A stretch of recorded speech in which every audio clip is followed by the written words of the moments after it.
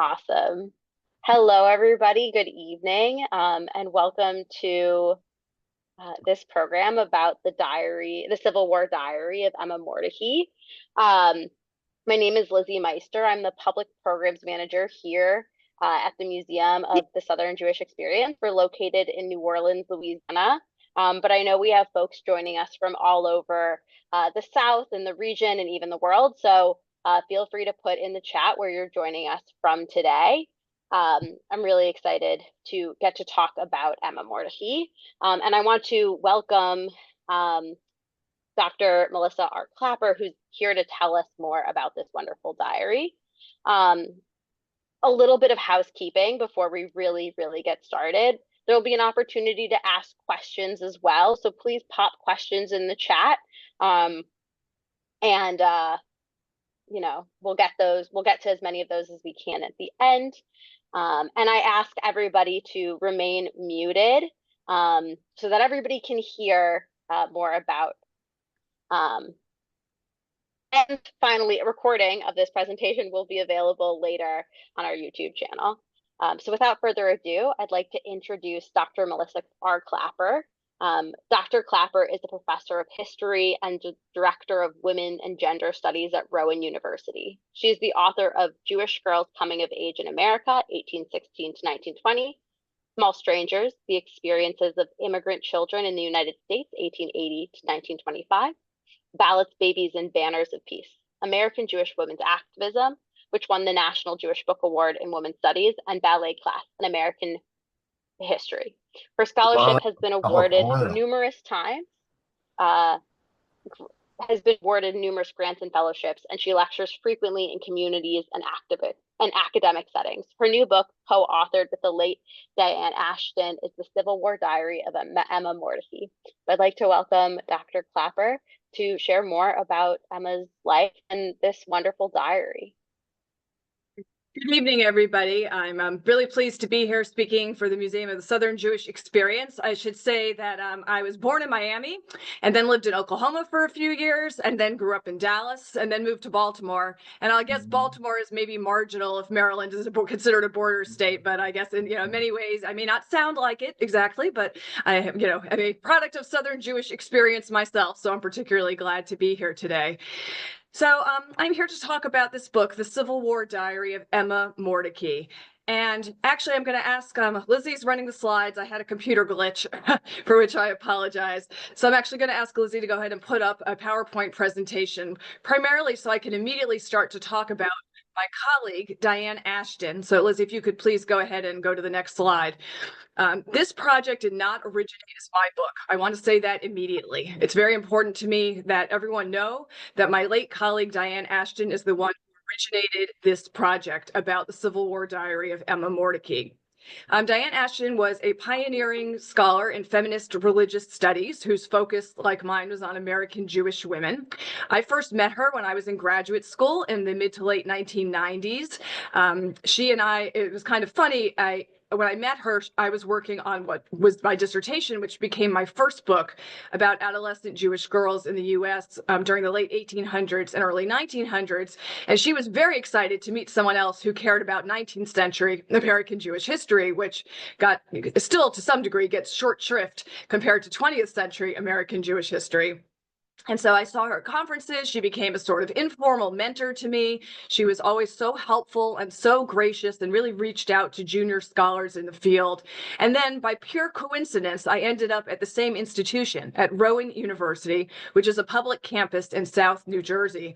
And she and I were not in the same department. She was a religion scholar in the religion department, and I was in the history department. And neither of us were we weren't hired to do Jewish studies stuff. There is no Jewish studies program at Rowan. But we had this connection. We already knew each other, and she then became a mentor to me at Rowan, and eventually a loving and beloved colleague of mine. And we shared ideas. We always talked about what each other was working on. We read things for each other. But ironically, I actually did not know in detail what exactly her project was about Emma Mordecai. Diane wrote a very important book about Rebecca Gratz, probably the most important antebellum American Jewish woman. I'm sure many of you have heard of Rebecca Gratz. She was in Philadelphia. She started all kinds of Jewish organizations and institutions, including establishing the first Jewish Sunday or Sabbath school in the United States in Philadelphia. And so Diane was very interested in antebellum American Jewish life, and then eventually, and she became more and more interested in Jews during the Civil War. So I did know, I had read some things that she wrote about this. I knew in a vague way she was working on Emma Mordecai, but because of COVID and because Diane was chronically ill, I actually had not read any part of this project. And when she passed away in January of 2022, I was just really upset and disturbed by the idea that a project she had been working on one way or another for almost 10 years at that point might actually just disappear into the ether if somebody didn't step in and try to finish it in her name. And so that's where I came in. Long story short, I spoke to her husband about it, and we agreed that I would sort of step in. Diane was a consummate professional, an accomplished award-winning scholar. She knew perfectly well that the draft that she had at the time of her passing was not complete and not ready for prime time. She knew this, her husband knew it. And so, we agreed that I would have a free hand. I would need to it wasn't just a question of polishing it. It needed to be finished, pretty significantly revised, and then I had to see it through to publication. And so that's what I did, and the book came out in October. So anytime I speak about the book, I do want to spend these few minutes speaking about Diane because it was her project to begin with, and although she left something incomplete, it was something she had cared about and worked on for a long time, and I think it's very important to say that. One thing I did not know until I saw the manuscript was that I actually assumed this was a whole monograph, a whole book about the Civil War experiences of Emma Mordecai. I did not know until I saw the manuscript that actually Diane's idea for the book was to have a long scholarly introduction that would provide context for American Jewish history, for Civil War history, a discussion of what life was like, particularly in the South for American Jews, what life was like for Jews who owned enslaved people. And, just to provide this kind of context. And then the other part of the book, as she envisioned it, would be a full transcript of the diary itself. So that's what you see when you look at the book. That I kept to her vision. It's a long scholarly introduction to the diary and then the diary itself. Now, scholars had known about Emma Mordecai's diary, and I actually saw that Dr. Emily Bingham is on this call. And if you want to know everything there is to know about the Mordecai family, you will read her book. She is actually the expert on this, not me. But actually Emma doesn't get as much play in that book, in part because she was the youngest of this very complicated family, one of the youngest in this very complicated family, and there were so many interesting stories to tell that there's maybe a little bit less emphasis on Emma. So Diane, I know, also envisioned this book as being very much a corollary to Emily Bingham's wonderful book on the entire family. So I do not know Dr. Bingham. Hello. I hope we get a chance to meet someday, and thank you for the work that you did, without which this project would have been completely impossible, both for Diane and for me. So there were some adventures in trying to finish somebody else's book, but we did it. Okay, we managed to do it. It came through, and I had help from a number of people. For one thing, I am not a Civil War historian. My research specialty is a little bit later than that, but I learned a lot quickly in order to do this. And so we get to the stage now where I want to talk about Emma herself. Who was she? So if we could have the next slide, please. So this is as far as I think anybody knows, the only extant picture of Emma Mordecai. You can see this is a formally staged photograph. She's in a studio, which would have been the case in the 1850s. People, of course, did not have their own cameras or just take candid snapshots at home. She's, on this staged, she's leaning on this very elaborate sort of chaise lounge with all the fringes and the tassel. She's very dressed. I'm sure you're all aware that, especially in the period before the Civil War, photography was relatively new and it was difficult to get good images. And so generally photographers told people not to smile because it was harder to hold a smile for the length of time that the exposures took. So this is a great picture of Emma, but I think you can probably also see why it might not have made a great cover image. So we have a different image on the cover of the book. So Emma lived an extremely long life, from 1812 to 1906. Some Some of her siblings lived also very long lives, and so did her mother. I'll come back to that in a moment, but it was pretty unusual in this period. She lived almost the entire 19th century. As I already mentioned, she was the 12th of 13 children. Her father, Jacob Mordecai, we'll look at a picture of him in a moment, married twice. He married two sisters, actually. With his first wife, he had 7 children, and then with his second wife, Rebecca, who was Emma's mother, he had another 6 children. And I should say that Rebecca also lived until her 90s, and for a 19th century woman who had 6 children and gave birth 6 times, each time taking her life into her hands, to have to live that long is actually quite astonishing. And people in the Richmond Jewish community really, were sort of in awe of her. I guess you could call it an accomplishment in living quite that long. So Emma at the time lived in a number of places throughout the South, in northern North Carolina near the Virginia border, in a place called Warrenton. And then her family moved to a farm close to Richmond when she was pretty young. Her family had owned and operated a school for young women in the South that was renowned throughout the South for being academically rigorous. It was not a school for Jewish girls. It was a school for Southern young women.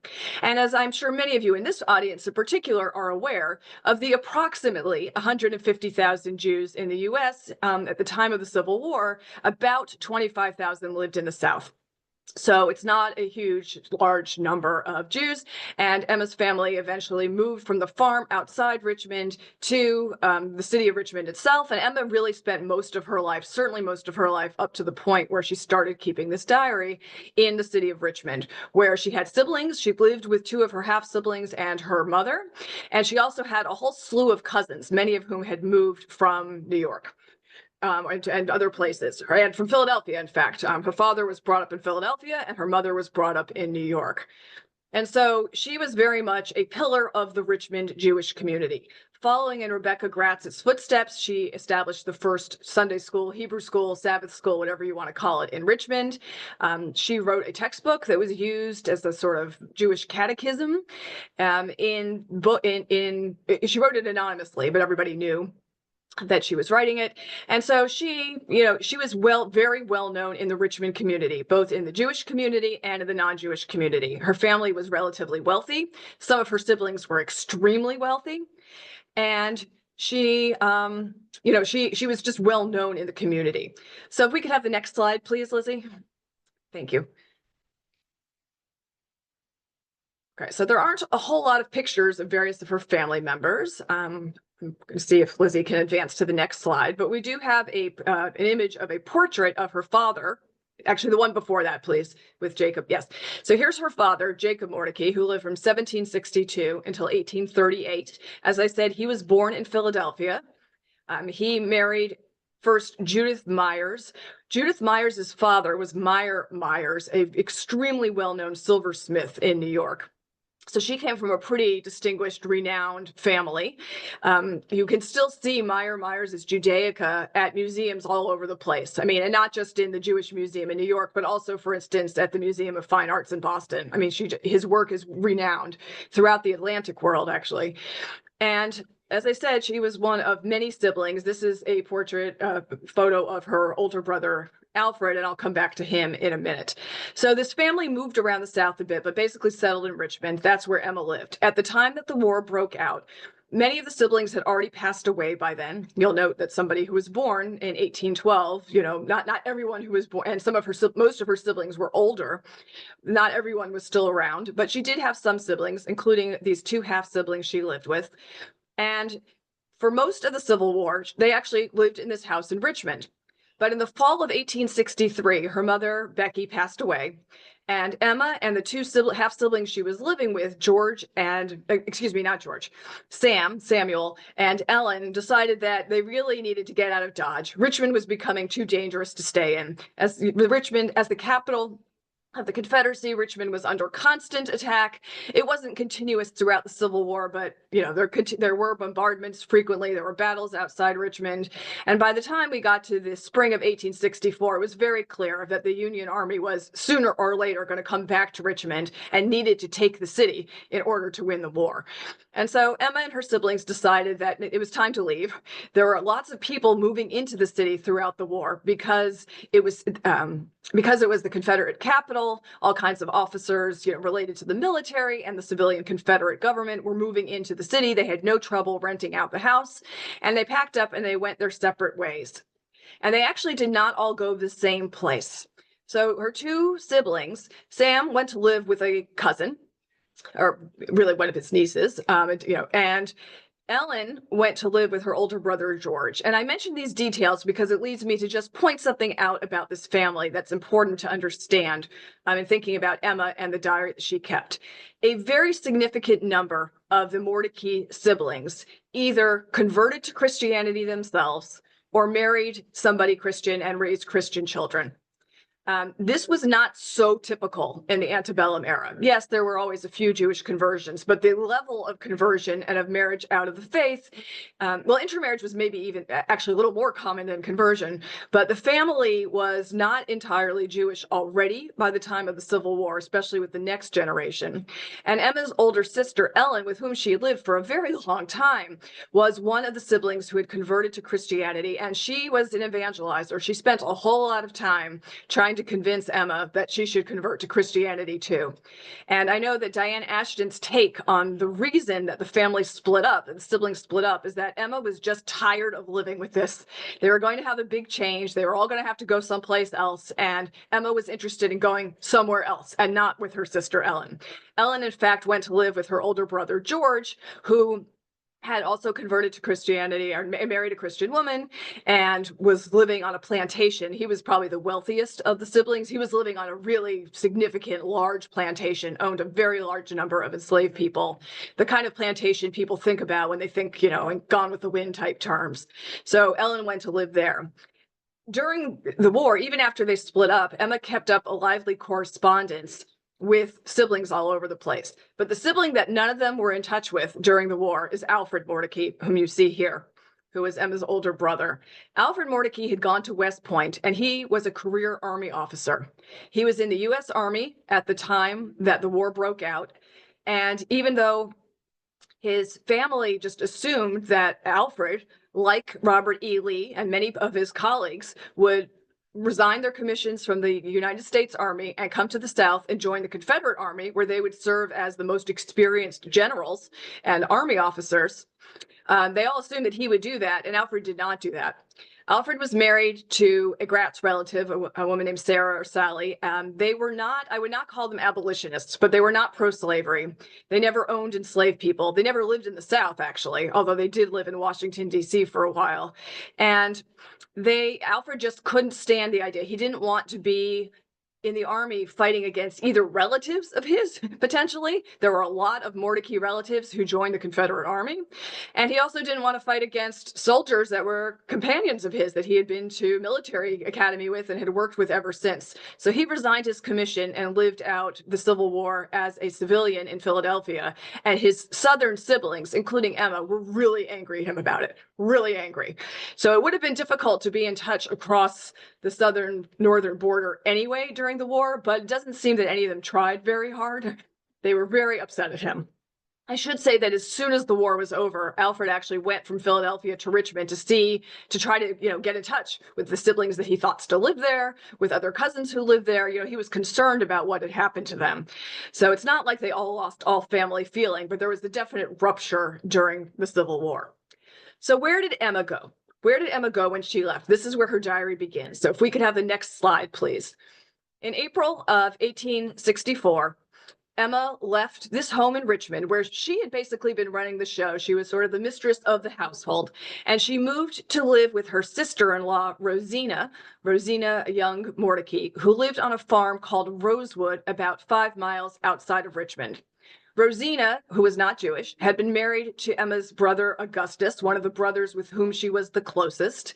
And actually, Rosina and Emma had known each other since they were children. They grew up on neighboring farms outside of Richmond. So even though she was going into a non-Jewish household, Emma was extremely familiar with everybody who lived in it. She was close to Rosina. Her brother had died a long time before the war began. She was close to Rosina and Augustus's children. They had 3 sons, all of whom were in the Confederate Army, and a daughter named Augusta, named after the deceased brother. And she also was very close, or fancied herself to be very close, to all the enslaved people who lived on this farm. The Rosina and Augustus owned a number of slaves. The number seems to have shifted a little bit, but somewhere between 7 and 10 at any given moment. And most of them were related to each other. This was an enslaved family with a sort of patriarch figure named Cyrus and a matriarch figure named Sarah. And Rosina, who considered herself a good, I should put this in quotation marks, a good slave owner, had promised this family that she would not break them up, and she didn't. So there were actually 3 generations during the end of the Civil War of this one enslaved family on this farm. And to Rosina and to Emma both, these people were their family. They considered them like family. They felt like they treated them like family. They, gave them plenty to eat. They had decent places to sleep. They were not sleeping outside in slave quarters. They had plenty of food. There was no violence, or very rarely violence, and certainly not from the women. Emma and Rosina both believed in the system of slavery as being something benevolent and even beneficent, not just for white people, but also for enslaved people. They just, they were racist. They believed that African Americans were too feeble to take care of themselves, and that the system of slavery provided them with everything that they could possibly need or want. And they both abhorred any violence associated with enslavement. They thought it was terrible when violence was used against enslaved people. They never did that themselves. Emma, as was the case with many urban slave owners, hired out the people that she owned so that they would work sort of on their own, but then pay the wages would be paid to her, and she would then pay for their food, their housing, their shelter. Even after she moved to Rosewood in April of 1864, when one of the people that she owned was sick, she went back to Richmond and took care of her. They felt themselves to be in a familial position with the enslaved people they owned. And keep that in mind, because we'll come back to that at the end of the war. So the diary starts when Emma leaves Richmond to go live at Rosewood. And she actually explicitly says, I'm doing something new. I'm going to go now. I'm going to go live somewhere else. It's familiar to me, but it's not my house. It's not my home. I'm not in charge. And also, very significantly, she was leaving a Jewish home and going to a non-Jewish home. And that really was significant to her. One of the amazing insights that my colleague Diane Ashton had about this diary is that it functioned as the Jewish space for Emma once she left home, when she went to a new home, a non-Jewish home. She consistently, most Friday nights and Saturdays, she writes in the diary about reading from her prayer book. On Saturday mornings, she writes about reading from her Hebrew Bible. She probably had the relatively newly translated American English Hebrew Bible translated by Isaac Leeser, who was a rabbinic functionary, although he wasn't exactly ordained, but in Philadelphia. And she took walks. She tried to refrain from work, not always, but she had Jewish time, and she spent that Jewish time writing in her diary. She addresses prayers to God throughout the diary. She talks about her Jewish family in the diary. She notes Jewish holidays in the diary. It became her Jewish space. And what Diane noted that was so interesting is that anytime there was a major Jewish holiday, Emma left Rosewood and went back to Richmond to spend those holidays with her Jewish family members. So she moved to Rosewood in April of 1864, and within a few days was already back in Richmond to celebrate Passover there, and she stayed there the whole time. The same thing would be true later in the fall. She spent Rosh Hashanah, the Jewish New Year, in Richmond with her relatives, and then she went back and actually stayed in Richmond for almost 3 weeks for the period between Yom Kippur and Sukkot. So she spent, and when she forgot, the only one that she missed actually is that she didn't look at her calendar and didn't realize when Shavuot was going to start. And she wrote in her diary that she felt really bad about this, and she observed it the best she could at home. But what Diane noticed is that she did not take her diary with her when she went back to Richmond. She was re-entering Jewish space in Richmond. She didn't need her diary there. But when she was in Rosewood on this non-Jewish farm, that's when she wanted to use her diary as Jewish space. So this was one of Diane's, really important insights about the way this diary functioned for Emma. Something else I want to point out, I know the picture's not all that big, but you can still see how neat Emma's handwriting is, how beautiful it is. She had 19th century copperplate handwriting, just a pleasure to read. But what we're looking at here, this first page of the diary on the left, is actually not exactly the original diary. Emma kept this diary from 1864 until May of 1865. when the war came to an end. And she then held on to it, and she took it with her wherever she went. She lived a few places after the war, and she took the diary with her, but she didn't really look at it that closely. And in 1886, for some reason, not entirely clear, she actually took out the diary to reread it, possibly because other women who had kept diaries in the Confederacy were beginning to publish them, and she may have wanted to see or to think about preparing hers for publication. And she found that big chunks of it had been eaten by mice, by bugs, had been destroyed. You know, it's 20 years later and it wasn't in good shape. And she sat down back in Richmond and she recopied the entire diary by hand into a new notebook. And what we have now, what survives, what exists, and what you could go see yourself at the Southern Historical Collection at the University of North Carolina is her 1886 copy of her 1864 to 1865 diary. She copied the whole thing. And she copied it faithfully, but there were pages that she couldn't copy because they'd been destroyed. In some cases, she pasted letters in that she had written during that period, so she would keep this record going.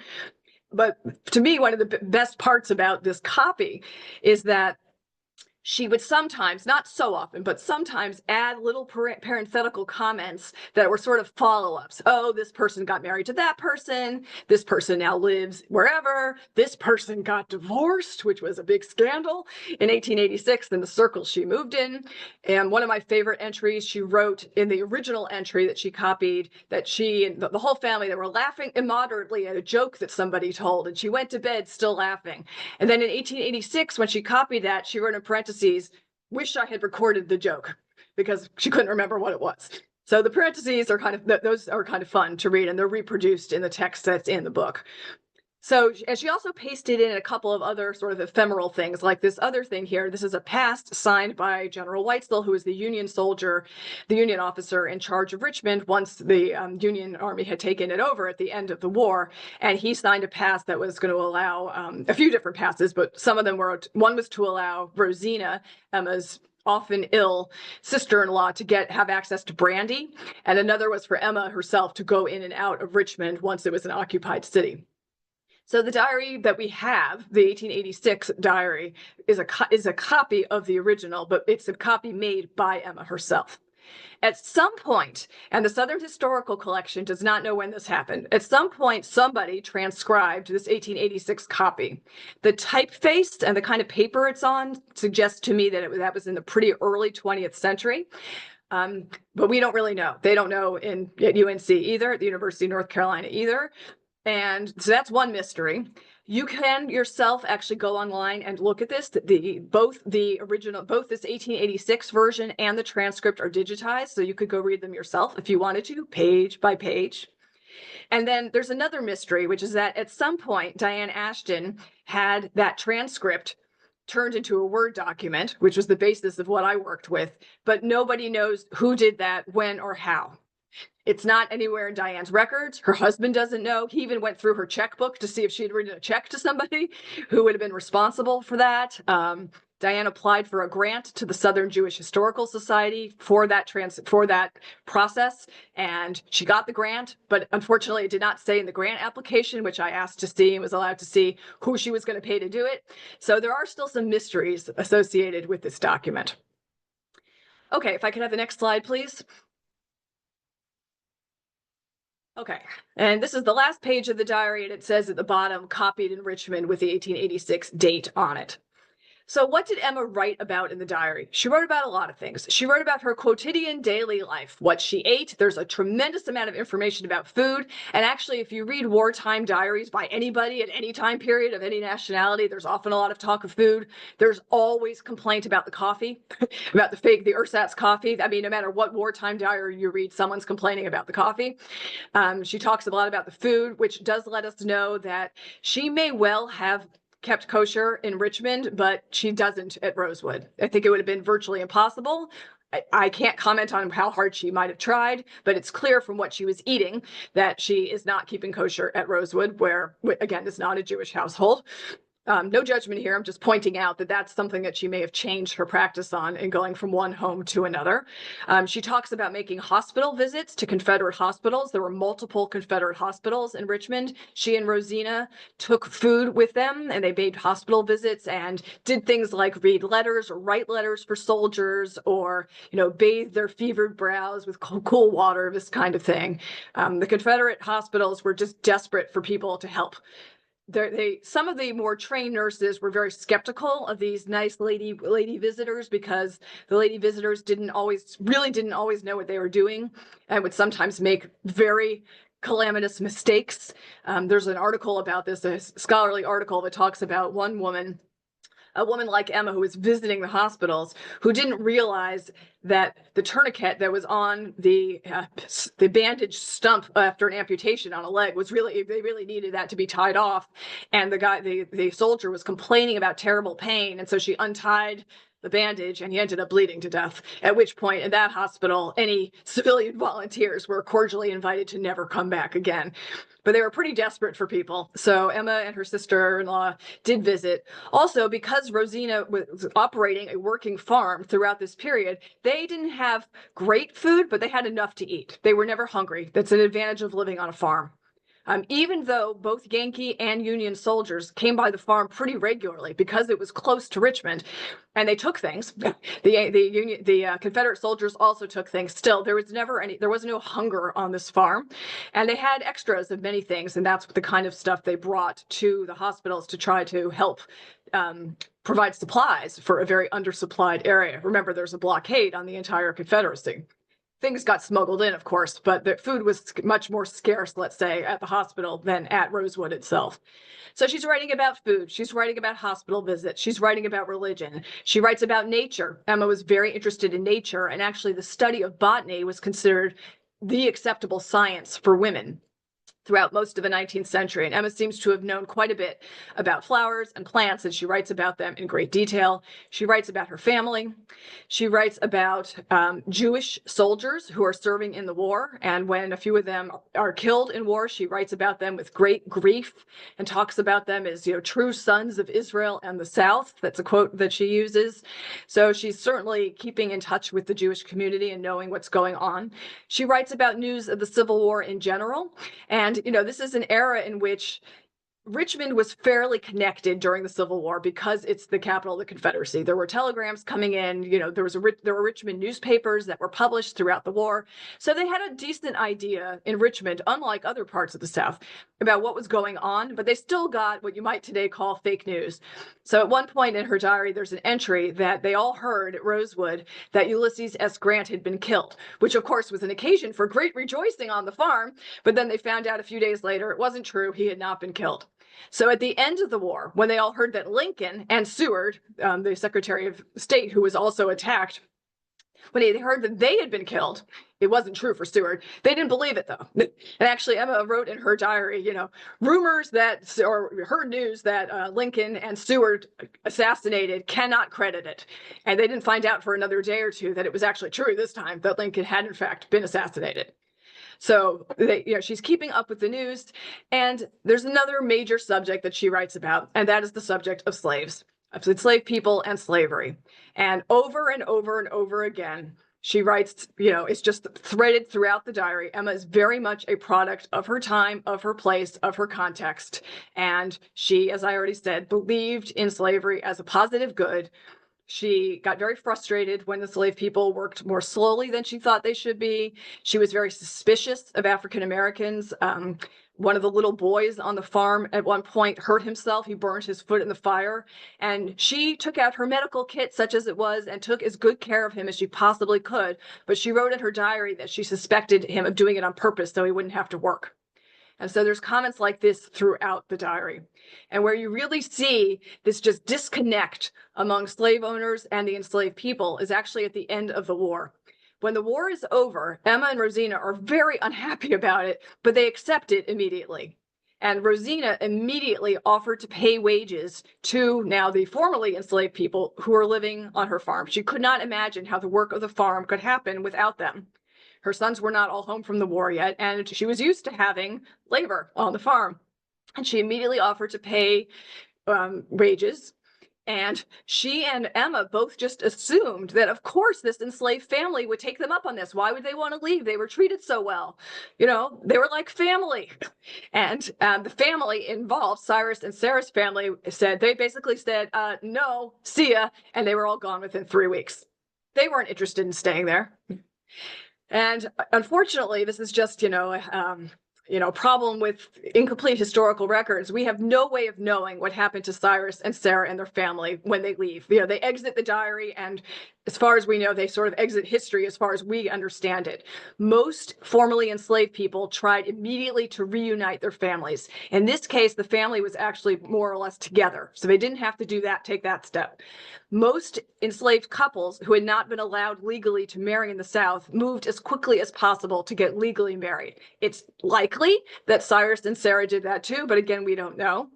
Most enslaved people immediately tried to become literate as fast as they could because it had been illegal in many states, including Virginia, to teach enslaved people to read. So that's something that many of them tried to do immediately too. So we can guess what Cyrus and Sarah did when they left with their family, but we don't know.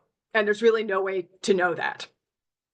And the same thing with Emma, the enslaved people. Emma, owned or had owned. There's no record at the end of the diary about her interactions with those people, so we don't know what happened to them. This is just a frustration of history. You can't always write the end of the story. But Emma's story, of course, does not end with the end of the Civil War. She lived for many decades after that, but she didn't keep a diary again. And this was not so unusual. A lot of Confederate women who kept diaries during the war just stopped when the war was over. They were turning a new page, starting a new life, whether they liked it or not. A lot of them, including Emma and Rosina, had to do much more housework than they had ever done before.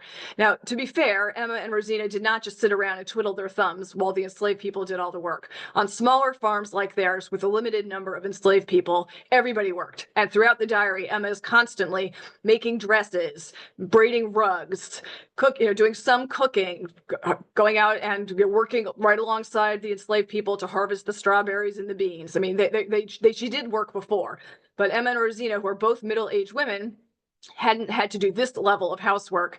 And so they, like many other Confederate women, just sort of closed the page on what their lives had been like before and started something different. And so it's not so unusual that the diary would end in May of 1865. We actually know much less about Emma's post-Civil War life, even though it lasted for decades. This is something that Diane Ashton had not yet had a chance to do. I tried to look in the census records for 1870, 1880, 1890, 1900, to find her, in 1900, and I found her in many of the censuses, but not all of them. And she was usually living in Richmond, but not always. We know that she became a teacher after the war. She, had lost some of her wealth, which is to say enslaved people, and she did have to work some.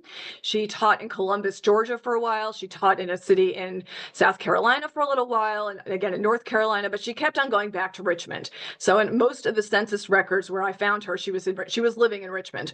But at a certain point, certainly when she passed away, she was living in a boarding house run by two women in Richmond. And so it seems like sometimes she was living with family and sometimes in a boarding house. It was never respectable during her lifetime for an unmarried woman to live alone.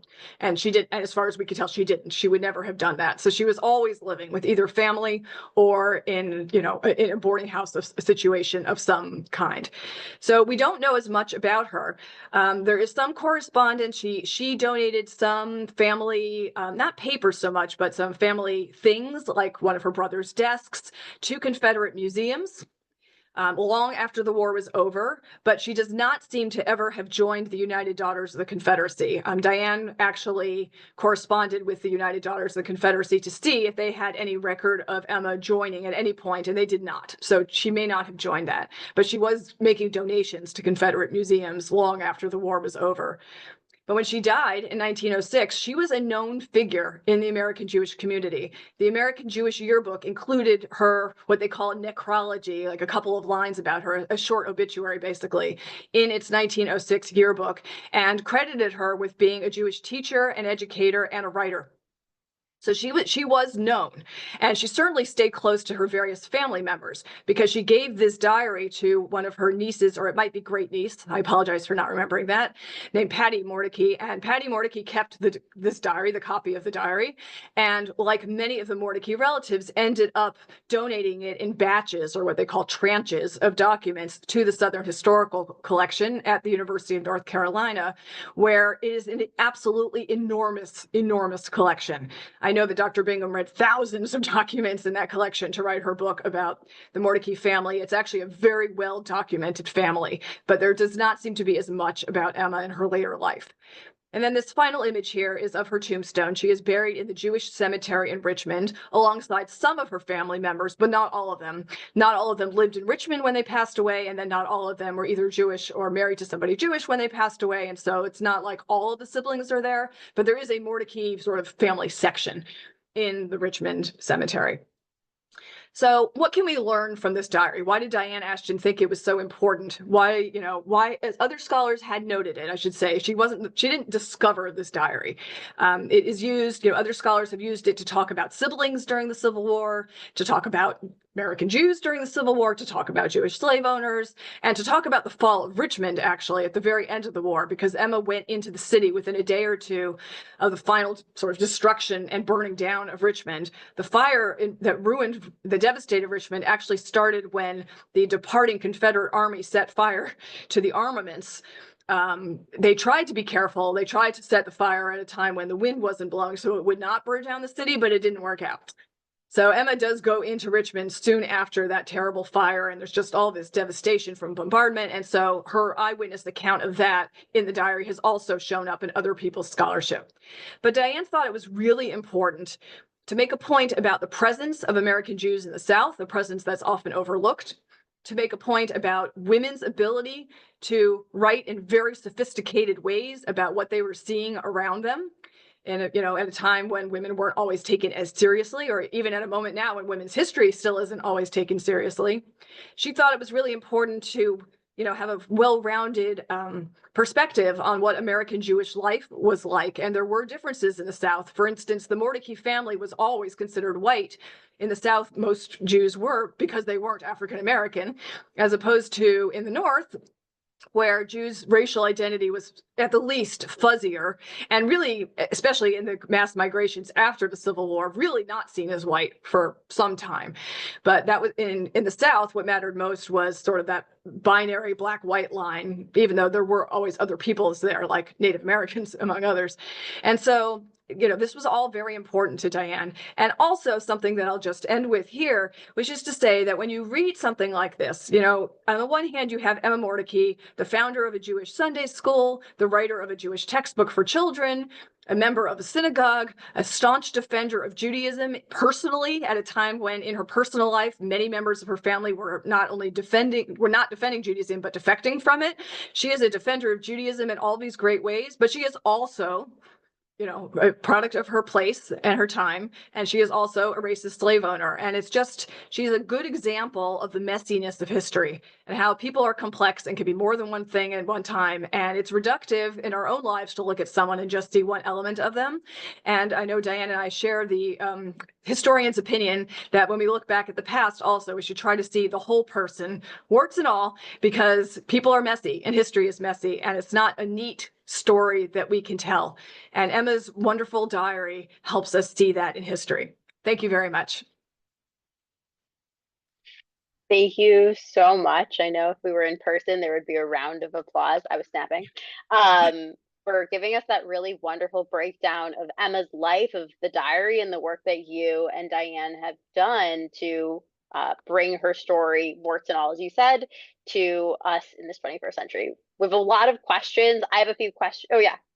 Well, can we just show the last slide just for a second so people can see the full cover of the book? Yeah, I should have said that before. Oh.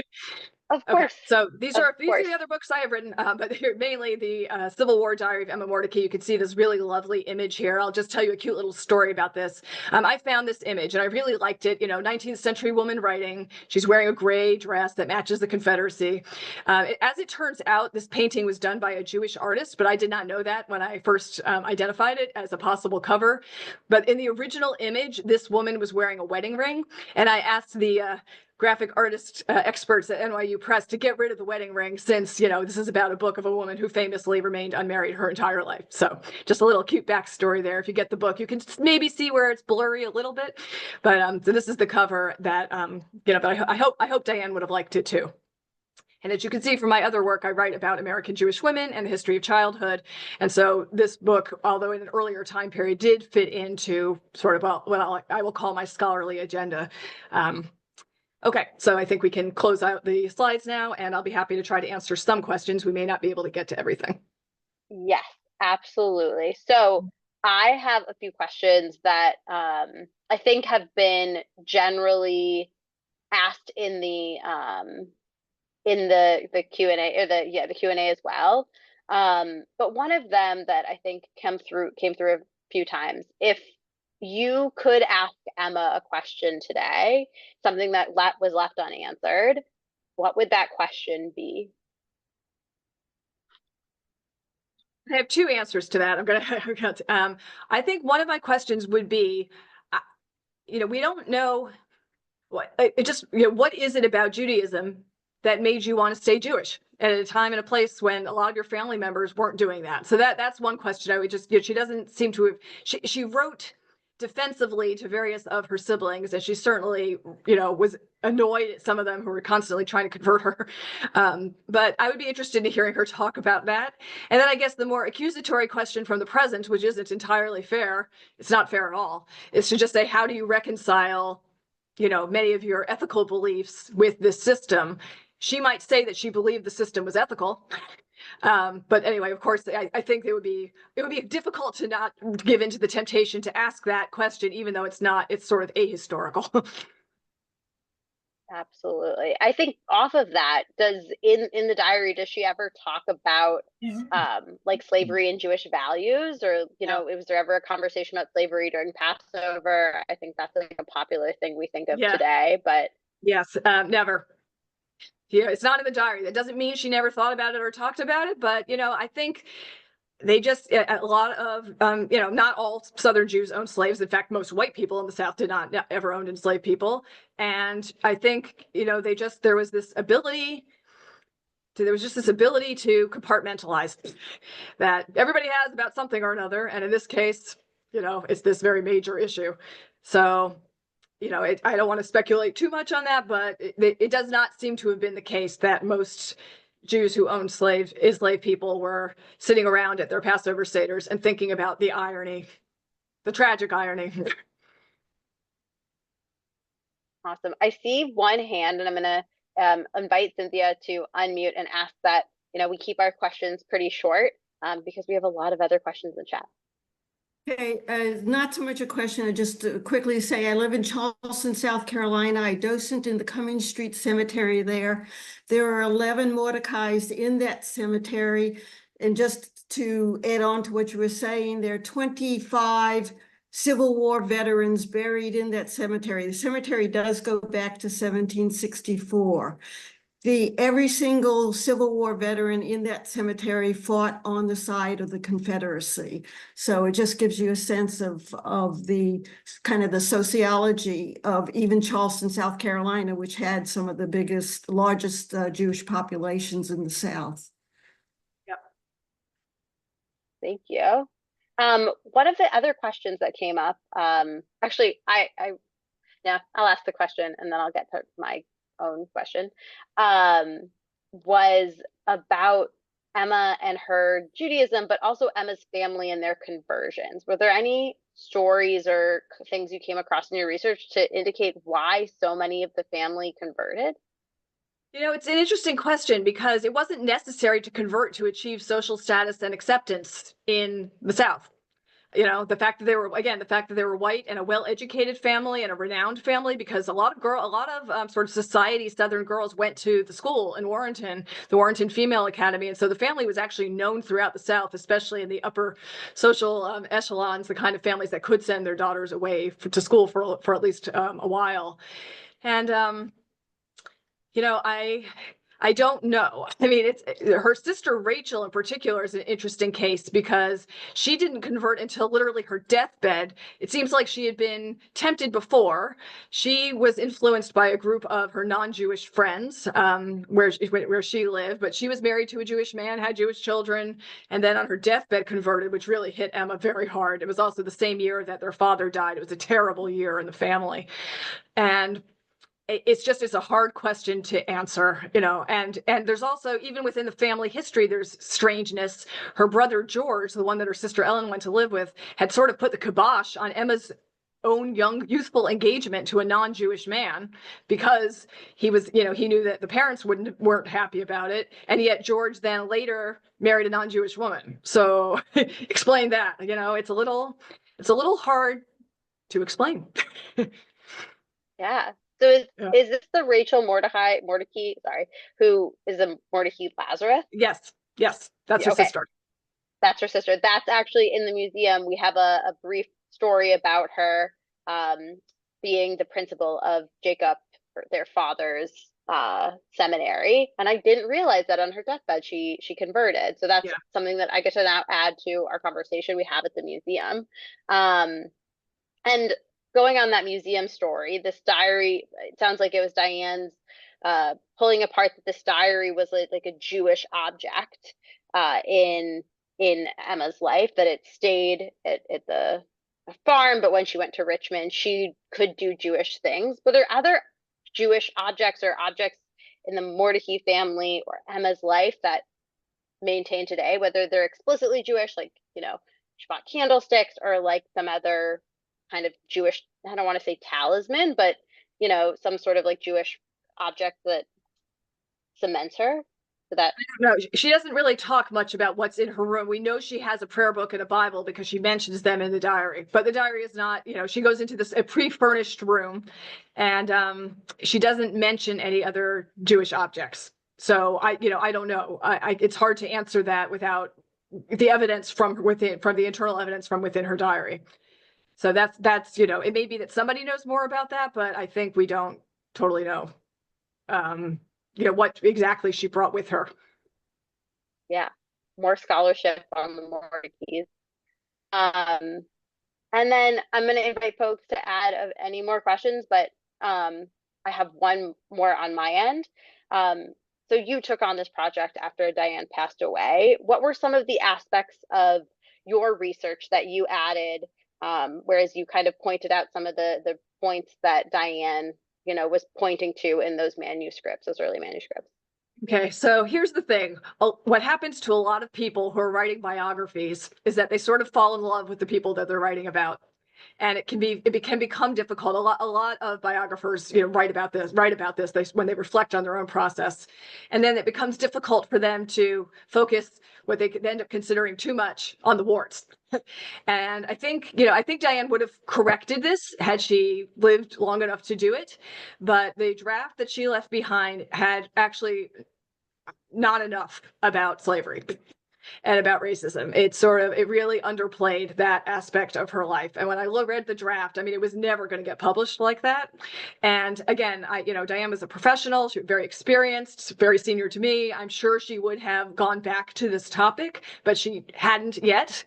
And so that I had to do a lot on that to try to rectify. It wasn't totally omitted, of course, but there wasn't enough. And then similarly, because I think she hadn't gone back to it, the scholarly apparatus, you have to, in order to write about a diary, in order to write about an introduction, you really need to know a lot about the scholarship on that. And Diane had apparently not done any recent research about sort of the scholarship on gender domestic relations in slave owning households and the relationships of enslaved women to their mistresses, and the very active role that women played in slavery. This idea that Southern women were somehow removed from the actual business of slavery is just wrong. It's factually wrong. It's very easily demonstrably wrong. But none of that scholarship was showing up in the draft, to date that Diane had done. And so I had to really work on that, on those aspects of it, and, fill out the story and highlight some of these, more difficult issues more prominently than the draft that she had been able to finish before she passed away. And, it was a challenge. I wanted to honor what she did and honor the general structure, certainly honor her vision for the book, which was to have all the relevant information in the introduction and then not annotate the diary itself. Just let reading the diary be its own experience after reading the introduction. So I, definitely preserve that. Diane and I both really believe in the importance of writing legible history. Without a lot of scholarly jargon and without a lot of sort of academic discussion front and center. And so I tried to preserve her voice as much as possible with that similarity in our own writing style. But it is different, it's different than it was, and it would have been different if Diane had finished it herself too. And it's a challenge, and I can just hope that she's looking down and glad to see it in print. Absolutely. I think there's some really wonderful conversations in the chat about Mordecai versus Mordecai, but Yeah. I'll leave that for the chat. But in knowledge of like the timing, are there any other questions that we haven't asked you that you would like to answer? Perhaps where we can buy your book? So the book, and the book is available directly from NYU Press. Maybe if the recording is going to go out to everyone who registered, I will send Lizzie a discount code. Everybody can get 30% off if you buy it directly from NYU Press. But the book is available anywhere books are sold: Amazon, your independent bookstore, you name it. I also would like and the just Museum of the Southern. We also sell it at the museum. So okay. NYU Press or the museum, I think, is a great opportunity. Yes, and I will also say I'm just very quickly scanning the chat while I speak, and I do want to answer this question about what I get asked a lot. But also, there's a Mordecai descendant on the on the chat, and so please go back and read Drury Welford's comments, which are fascinating and offer more information about the family and what they still have. So I definitely recommend that. So I did not know until I started working on this project that the family generally pronounced it Mordecai instead of Mordecai. I did not. That's just not something I knew until I started working on this. I had, of course, read Dr. Bingham's book, well before, when it first came out. Fascinating. I own a copy. But when you read something, you can't always tell us how it's pronounced. So that's actually something I did not know and learned in working on this project, just as an FYI. But the other question I just want to address a little bit is that I have been asked very often in speaking about this book whether I'm worried that it will cause more anti-Semitism in the world, which, of course, we do not need, to talk about a slave-owning Jewish woman. But my answer to that is that, history cannot only be about, one narrative, right? It's like I said, it's messy and it's complicated, and it's not my job as a historian to worry about that kind of reaction. Haters are going to hate. That's a little reductive, but that's sort of how I feel about it. And it's not, I think that it's more important to tell a really comprehensive story of Jewish life in America that includes the Southern experience. It would be disingenuous to pretend that slavery is not part of that experience, not a majority part, but it's just no serious person would want to do that. So I do get asked this a lot, but it was not something that, honestly, until I was asked this at the first talk I gave about this book, I had never considered it. And I'm pretty sure Diane didn't either, because that's not how we were thinking about it. She has this wonderful story, this fascinating story, a sobering story in many ways, and it's one worth knowing more about without necessarily considering present day consequences. Absolutely.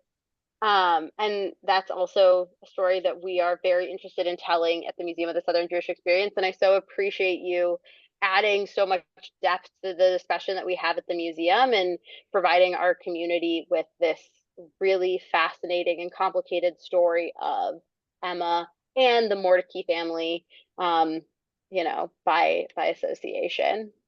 So with that, I want to thank you so much, Melissa, for your time and energy in bringing this conversation to us. Again, if you want to buy the book, which I really recommend doing, the introduction is amazing. And then reading Emma's words and getting to hear from that voice in the past is so powerful, you can do so NYU Press or at our museum store as well. We're interested in hearing from folks about programming. Please reach out to me at Lizzie@msje.org if you have any comments, questions, or concerns about our programs or suggestions. And then really quickly, we have 2 upcoming programs that you can hear more about at the museum. The next one is in 2 weeks it's a hybrid program. We're welcoming Dan Grunfeld, former pro basketball player and author, as he shares an improbable story of his father, Ernie Grunfeld, who's a University of Tennessee basketball legend, and who is also the only professional athlete in the history of major American sports whose parents survived the Holocaust. So that's 2 weeks from today, March 26th, if I've done my math right. And that's a hybrid program. And then in 4-ish weeks, I think, April 9th, we are opening our new special exhibition, Most Unfortunate Unfortunates, the Jewish Orphans Home of New Orleans. We'll have an opening reception on Wednesday the 9th, and then the exhibit will be open to the public the 10th. If you want more information about that, msje.org/events. So we thank everybody for being here, and especially thank you to Melissa for your really wonderful conversation today. I hope everybody has a great rest of their evening. Thanks, everybody. Good night. Good night, everyone.